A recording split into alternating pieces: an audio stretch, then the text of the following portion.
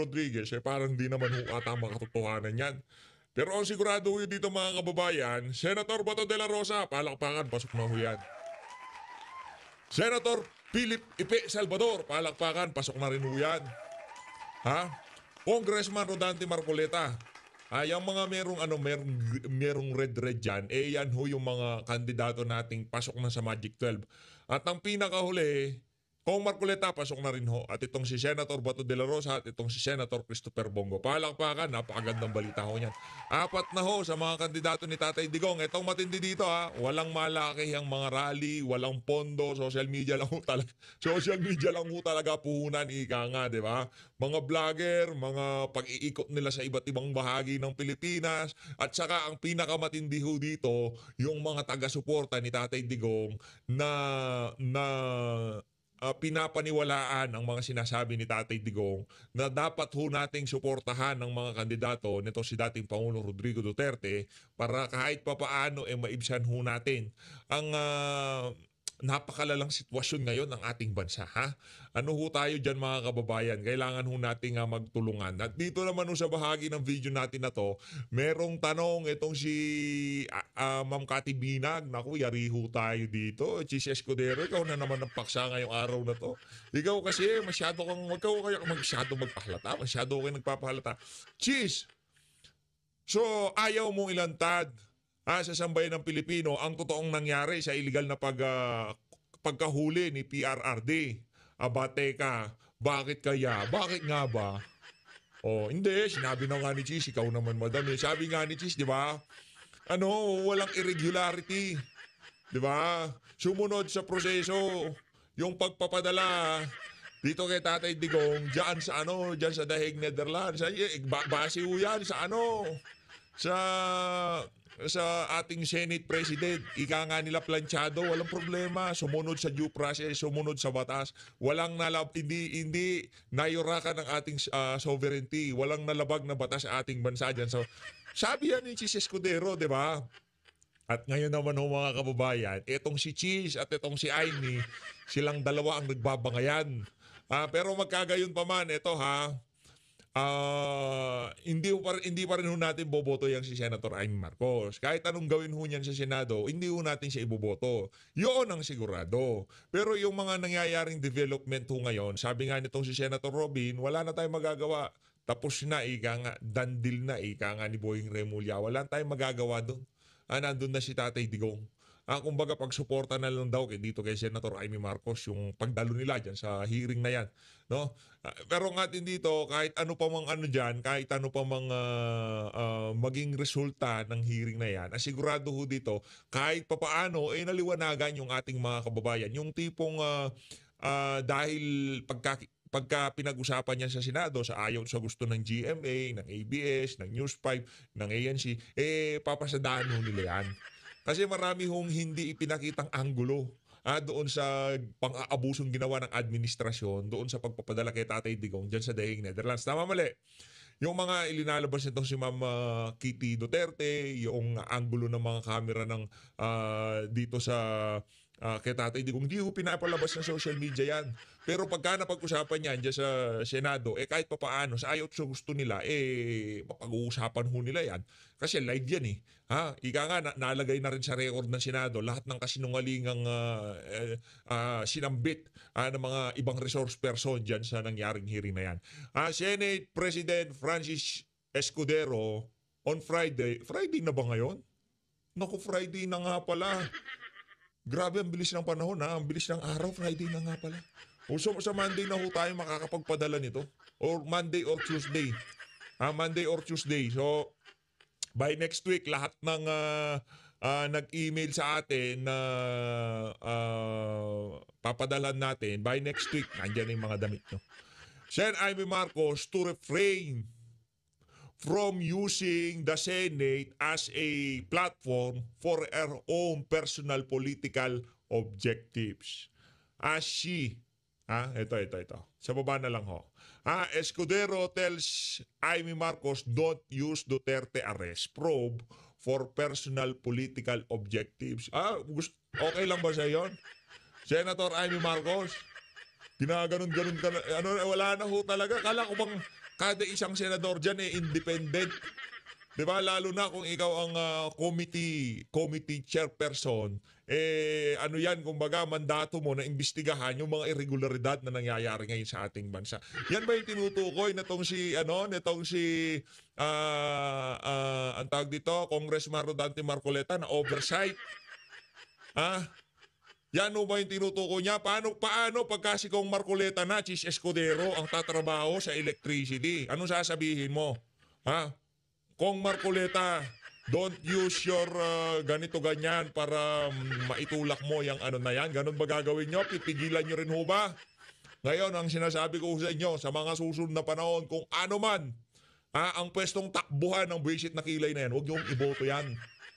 Ika nga, wala ho. Kilay pa lang, di naman pagkakatiwalaan, di ba? Wag niyo iboto, wag niyo suportahan dahil hindi ho natin maintindihan kung siya sa bagay, ano pala siya. Siya ho pala talaga ang pinakamatinding loyalista ngayong mga panahon na to. Tama mali, Chis? Ikaw, Chis, eto na, dito na ho tayo. Naku, yan na nga ba sinasabi natin dito sa PH Update Inuuna kasi nitong ni Marbilang Yabang O yan, pagdukot at pagpatay. Sa Chinoy Steel Magnate, kumpirmado, may link sa isang nagdaang kidnapping case. Hindi, totoo yan. Kayo naman, baka ano lang yan, baka mga alingas-gas lang yan. Basta sigurado dito, ngayong mga panahon na to, mas safe kaysa nung panahon ni Tatay Digong. Yun ang atin dito. Diba? Wala yan. Di totoo yan. Kayo naman, hindi totoo yan na merong ganyang mga kaganapan ngayon sa ating bansa. Basta sigurado dito, yung mga di ba nga gagalit dyan si Marbil kesyo yung mga nagpapakalat ng kung ano-ano sa social media, pumapangit ang imahe ng ating peace and order. Hindi na ho tayo nagpapakalat yan. Galing na ho mismo dito kay kay nunal na tinubuan ng pulis. Dito kay Jean Pajardo, di na ho galing sa atin yan. At ngayon, ang matindi ho dito mga kababayan, papanoorin pa ho natin ang press con nitong si Boyeng Remulla. Kaugnay ho dyan sa na yan, DOJ holds press briefing on Chinese kidnapping incident. Naku, matindi dito. Ito, rekta na ho tayo dito. Baka baka bigla pang mawala to. Kasi ngayon ganyan nangyayari ngayong mga panahon na to Yung mga record sa DPWH, yung mga video, bigla na lang nawawala ngayong mga panahon na to. Baka biglang mawala tong press con na to. Kaya pasadahan na ho natin ang mabilisan. At i-share nyo na mga kababayan para talagang solidong atake. Ika nga. Ito, okay? Ba't walang tunog si Boying? Nangyari sa'yo, Boying? Cover work that we have. Okay. Pangit to. Lipat tayo. Hanap ako mas maganda. Drawn out over the weekend. Dito tayo. And the result will be announced next week by Miko. Miko, ikaw na mag-a-announce to, no? Okay. Nico Clavano. Then after that, besides this matter, meron na kasing ideas kami kung ano nangyari with this the crime that happened to the victim who was found in Rodriguez Rizal. And we had an idea about this. We were talking to each other already prior to this since last week. Actually, I got involved lang ng Monday. But since last week, and I was talking already to Chief Marbil about it. Almost every day na tayo nagkikita. Almost every day na kami nagkikita. Hindi. Gusto kong makausap si John Vic. Nasa si John Vic? DILG Secretary siya, but DOJ nandyan. Di ba? DILG Secretary at PNP nag-press con dyan. Ba't DOJ nandyan? Nasa si John Vic Remulla. DILG yan siya may hawak ng PNP dahil nga naman hindi abogado. Pinilit lang. Baka di ba? Pero dapat talaga DILG, as much as possible, dapat maalam sa batas yan. Mahusay ho talaga yan. Hindi pwede yung hindi pwede yung kagaya nitong si John Vic. Sa bagay, kapatid niya naman, abogado. Walang problema yan. Kaya siya ngayon nandyan, imbis na si John Vic. Kita, si Chief Marbil, and of course, Judge Jimmy, ka-text ko araw-araw rin to make sure that everything is okay. So the creation of the task force is paramount. We have to choose people who will at least exemplify the values that we hold dear to the PNP and to the NBI and to the DOJ. At ang aim nito is to have a higher visibility leadership that people can talk to pag mayroong problema. Kasi ang problema, when these things happen, a lot of them don't trust. Maraming doubt about law enforcement and government, ang maraming tao, they'd rather do it themselves. Now, are we going to talk about what happened? I think it's a police matter right now. Kaya We nga eh. are undergoing all the evidence gathering, and but we will give a few words to General Marbil and to Judge Santiago before we proceed to the next item in our agenda. So, Chief. Thank you po, sir. Actually, dun sa kidnapping, what happened to dun sa ano natin, si Anson Tan, it's a different kind of kidnapping. Sabi ko nga, hindi lang to kidnapping and how we see it, it's more of, I guess, sir, I just want to, more than that, and we'll just come up with the investigation after this. We just want to clarify kung talagang how it was done. But we have already mga leads that will entail us. Ang hiningi lang po namin with our the beloved SOJs to help us with yung kaso po natin, build up yung cases natin. So we'll be sharing yung mga leads po natin with the PNP, what we got. And of course, they got something kasi tama po si SOJ. That was last week po namin pinag-usapan niya. We're sharing notes, what happened. And sabi ko nga, may malaki kasing twist eh. So hanggang doon lang po ako after ng investigation. After we have completed the investigation and filed the cases, doon na po kami magsasalita what really transpired during the whole the process of... Hindi ano yan. Baka kinugood time mo lang kami. Baka safe naman talaga sa Pilipinas. Kayo naman, oh. Ano na, baka nananaginip lang ho tayo. No? Baka hindi totoo itong nangyayari na to. Mayat maya ho kasi merong nangyayaring insidente. Ito, high profile lang to. Chinese businessman. Siguro nagsasalita na Chinese community. Nagtatanong na sila anong nangyari dyan. Kaano namin yan. Negosyante yan, di ba? O yan, pagka nagalit pa naman yung Chinese community na yan. Naku, yari administrasyon na to, di ba? Kaya kailangan yung mga Filipino-Chinese, I mean Chinese mga business owner, yung mga yon, hindi Chinese, Filipino-Chinese business owner. Yan ang problema natin diyan. Paano ba yan? Paano pa natin nga anuhin yan? Ako sa totoo lang gusto kong pagandahin ng imahe ng peace and order sa ating bansa kasi wala akong mag-i-invest dito, walang pupuntang mamumuhunan kung ganito sitwasyon, di ba? Business ako dito, maya-maya bigla kang nawawala.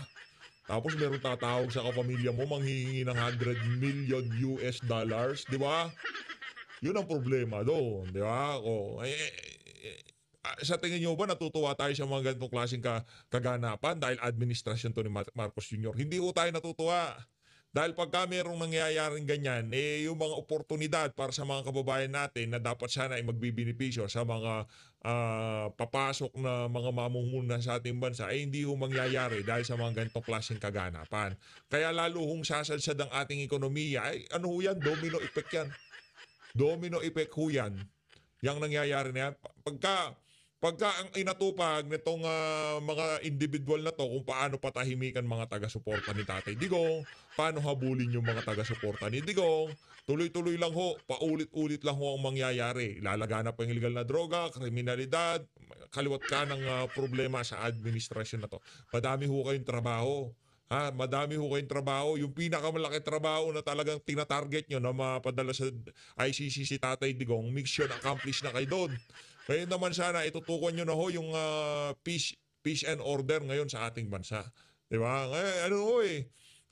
Kahit sinong tanongin ho natin sa karsada ngayong mga panahon na to, talagang nagbalikan na naman yung mga illegalista, yung illegal na droga, yung mga gumagawa ng masasama sa karsada, nagbalikan na naman daw.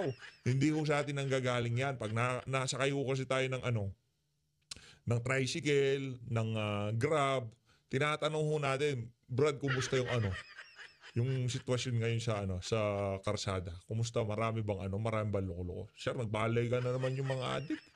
Yung mga nagparehab panahon ni Digong ngayon, na naman? Wala na naman tulugan yung mga ano, di ba? Ganun na naman daw ho ngayong mga panahon na to. Hindi galing sa atin. Base ito dun sa mga natatanungan natin na laman ng kalsada. Tayo hindi naman ho kasi tayo laman talaga ng kalsada. Madalang lang ho tayo lumabas. Di ba? Madalang lang ho tayo lumabas. Ngayon pagka nakalabas tayo, talagang nagtatanong-tanong ho tayo. Sabagay, kita naman pagka naglakad ka, yung mga mulat na mulat, yung imagine pati doon sa speech ni Marcos Jr. Yung isa sa mga kanyang gabinete niya, ganyan-ganyan din yung panga, babae pa naman din. Anak ng tokwa. O yan naman si Marbil, lagi lang nag-o-overtime yan, di ba sir? Laging overtime, syempre hirap trabaho ng chief PNP, kayo ba naman ng chief PNP? Pagka kayo chief PNP, maya may tawag kayo dyan, chief, meron problema dito, overtime na yan, overtime na yan si Marbil, di ba Marbil? Negotiation Oo, and yan. sa kidnapping itself po.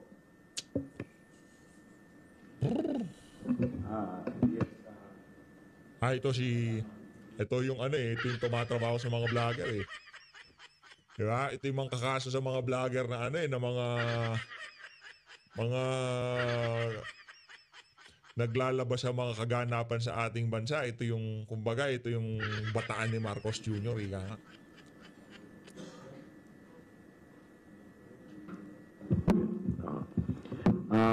Alam nyo, ang kidnapping cases ay primary jurisdiction yan ng Philippine National Police. And so they have a anti-kidnapping group. Alright. Pero dun sa iniisip ni Secretary Boying sa ngayon, gagawa kami ng isang task force anti-kidnapping. So ang NBI, ang police ay magtutulungan na kasi alam nyo sa intelligence world, meron kami tinatawag na compartmentalization, trabaho ng isa, hindi sa amin pwedeng i-share, no? But then, with this task force that will be created by our secretary, napakaganda na yan. So, makakapagtulungan kami, hindi na ako mahihiyang magtanong kay PNP chief, hindi na rin siya mahihiyang magtanong sa akin. So sabi ko nga sa inyo, sa intelligence world kasi, meron kami tinatawag na compartmentalization, need to know basis. But with the creation of the task force, magkakatulong-tulong tayo. At yun, solido na talagang atake sa mga sa mga elemento sa bansa natin ngayong mga panahon na to. Dahil dyan, tuloy-tuloy lang ho kayo. Yung ika nga, task force na yan. Buo lang, damihan nyo yung task force.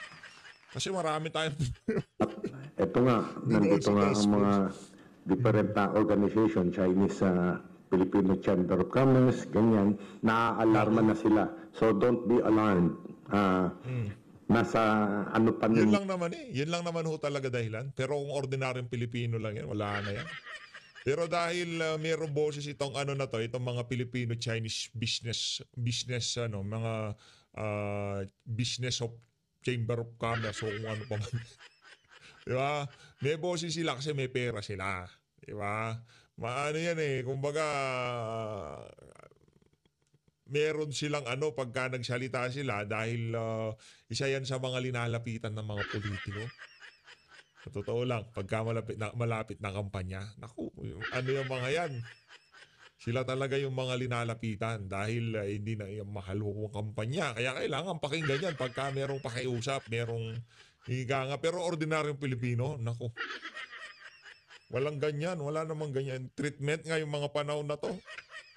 kami, nasa taas pa rin kami ng situation with our Secretary of Justice on top. Wag po kayong mag-alala sa mga kababayan natin sa Chinese community. Wag po kayong mag-alala. Gagawa po kami ng action. Kayo mag-alala. Para sa mga nasa Chinese community, wag mag-alala. Of course, our president has given the very strict order to us, to all of us, to the three of us, na be on top of the situation para masukol itong ganitong pangyayari kasi yun talaga ang kailangan ng ating lipunan ngayon is law and order. And the other reforms we implemented, but the more important thing is there is an awareness within the community that we know what happened, we know what's happening, and that but we will need the help of of the community para maka-act kami accordingly sa mga problemang dumarating on a day-to-day basis. Wala ho tigil talaga itong trabaho namin ito, but we signed up for it, so we're not complaining about the job we have to do. It's something that we have to do. Every time that we wake up, ito po ang aming ginagawa, is to solve problems. So, Solve that's par for problems. the course for all of us. Madami-dami na silang na-solve na problems ng administrasyon ni Marcos Jr. Una na dyan, si Tatay Digong. Solve na yung problema na mapadala sa Dahig, Netherlands itong si Tatay Digong. Dami nga nilang nasa-solve na problems ngayong mga panahon na to. Ano ho tayo, sobrang bilib ho tayo dito sa sa mga galamay nitong si Marcos Jr. kung paano sila mag-solve ng problem. Ano ho sila? Ika nga talagang Pastor Apollo Kibuloy. Nakita nyo kung paano na-solve yung problem kay Pastor Apollo Kibuloy, di ba? Oh, ganun ho sila katindi, ganun ho sila kalupit mag-solve ng problem. Marami pa ho silang isosolve. So, sa ating Mr. Pedro, meron kayong gusto sabihin?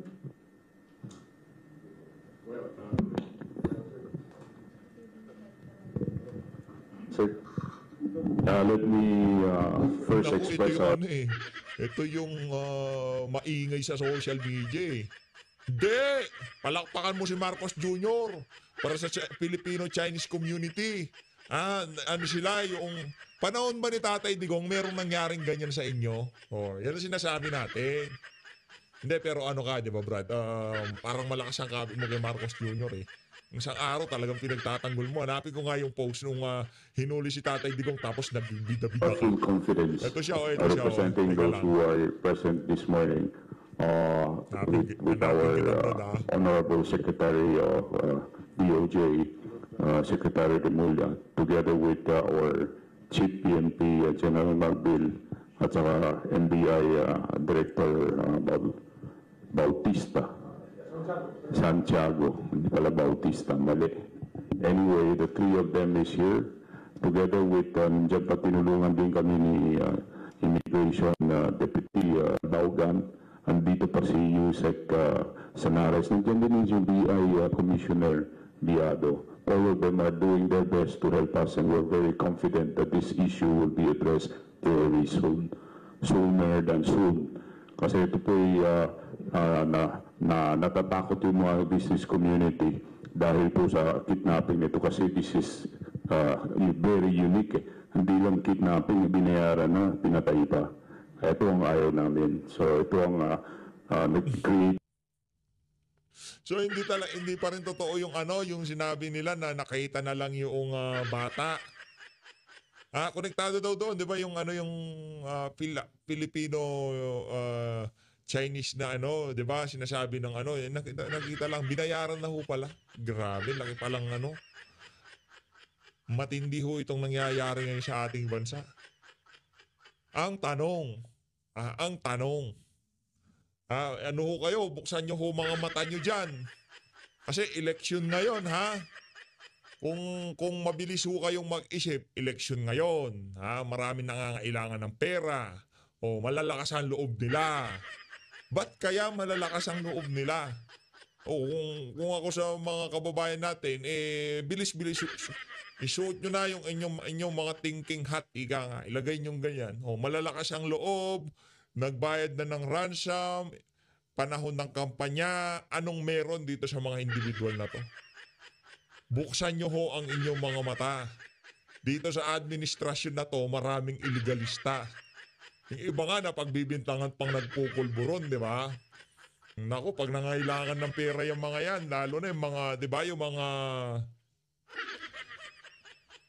yung mga kung ano-ano binibenta niyan eh. 'Di ba? Nung hold up 'yan. Kaya galit si Tatay Digong niya sa droga na 'yan eh, 'di ba? Ngayon, buksan niyo ho ang mga mata niyo. Kung ano ba talaga at kung sino ang merong kakayahang gumawa ng mga bagay na nangyayari ngayon sa mga Filipino-Chinese community. 'Di ba? Buksan niyo ho mata niyo. Ordinaryong kriminal gagawin yan. Naku, hindi gagawin yan. Ultimo telepono ngayon. Pagka napunta ka doon sa range, lahat ng conversation, lahat ng numero, mafi-filter ho yan. Ika nga, malulook up yan ng ng cybercrime o kung ano pa man yan. Kung saang cell site ka huling nag-connect, makikita nila yan. Oh, yung dinaanan ng sasakyan na yan, makikita nila yan. Di ba? Kahit maliit yung mata nyo, buksan nyo yan. Gawin nyo nakikita kahit liit mata.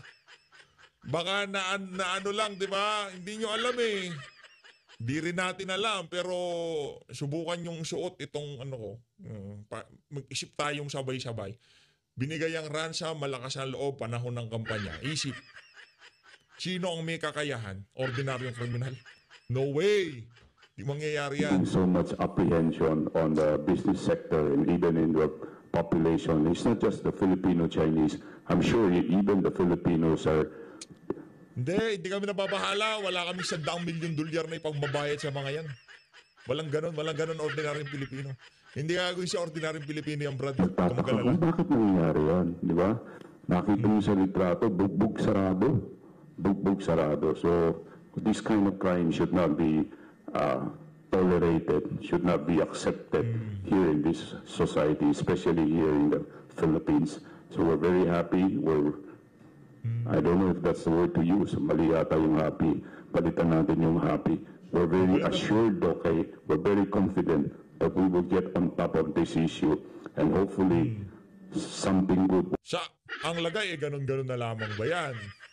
Oh, ganun-ganun na lamang ba yan, di ba? Di ko ganun Will come out of this. And as I said, we will go out of our own to assure the community, especially the business community, that everything is moving forward. And we will hopefully find a solution in the near future. Maraming salamat po.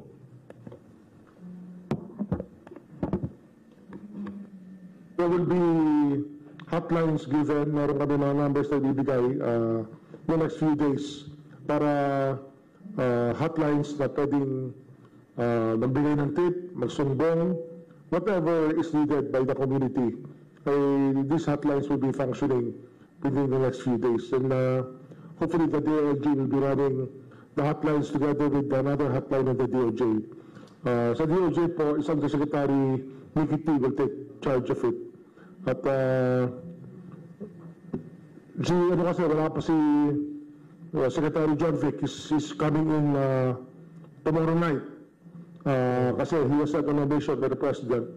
But he's coming in tomorrow night. And of course, sino kaya mission nitong si John Vic?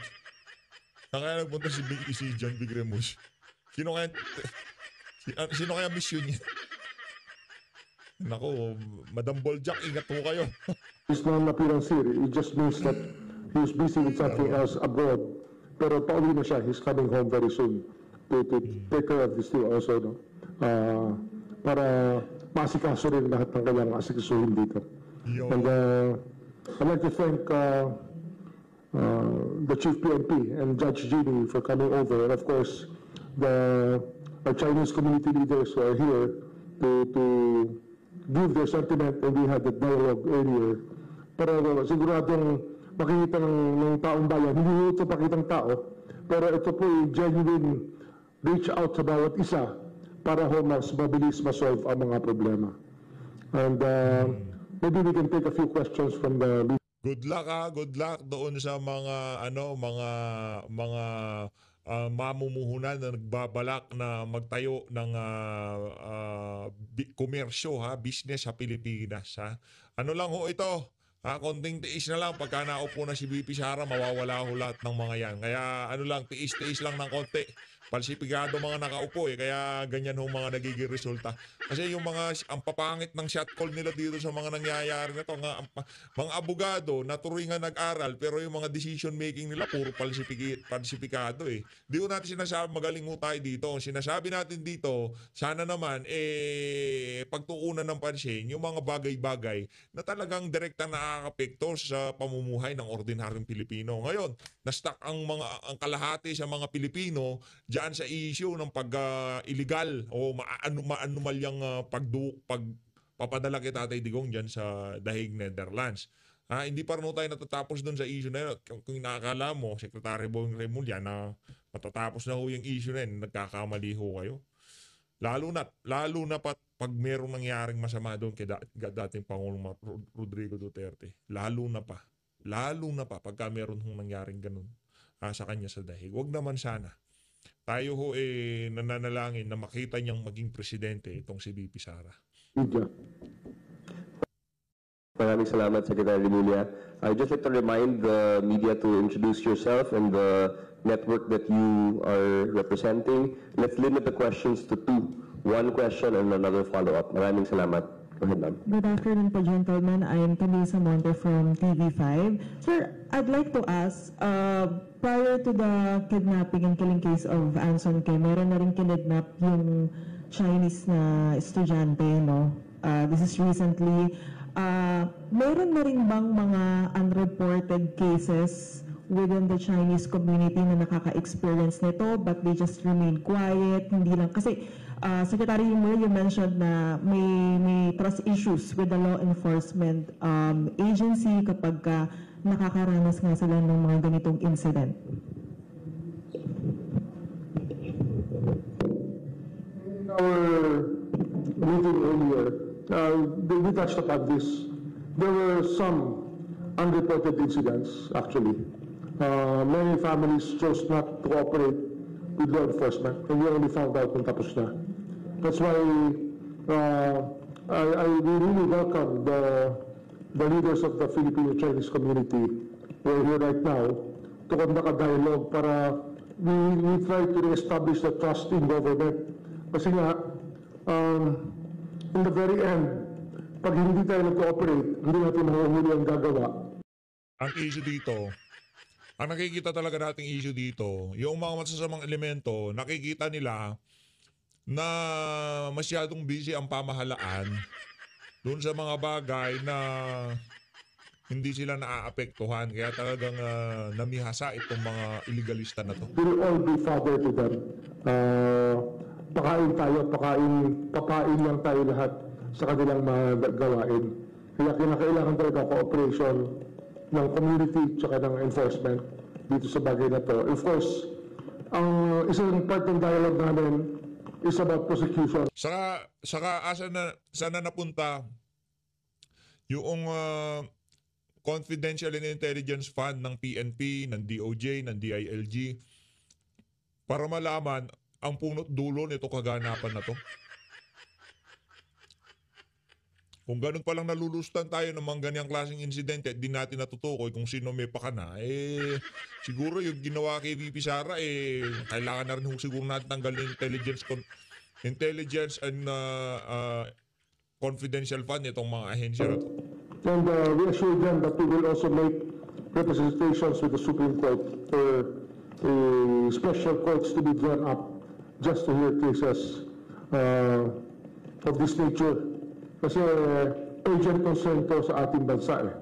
It's not only, it is a national security issue, an economic issue, and an issue for our feeling, our well-being as Filipinos. I think it redounds to every Filipino that we have to be on top of everything happening in this country. Pakisarado lang, wala mo nang baba. Sir, meron din po kasing news article na lumabas recently saying that this could be connected with Pogo dealings according din sa article po na inilabas. Nako, Pogo na naman! O sige, tuloy Ng natin! Manila Times, meron daw pong nire-request na refund Kanino galing? Manila Times. O sige, tuloy natin! yung Pogo boss or something po from the businessman. Is this confirmed, sir? We're aware. Parties in the pattern of the kidnapping and the torture that But happened. that's also within the range of our conversation earlier. But we cannot release everything that we talked about. I think that it's not executive privilege, it's just that these are operational secrets that we cannot divulge right now. But we are aware of this theory or this piece of news. And we are actually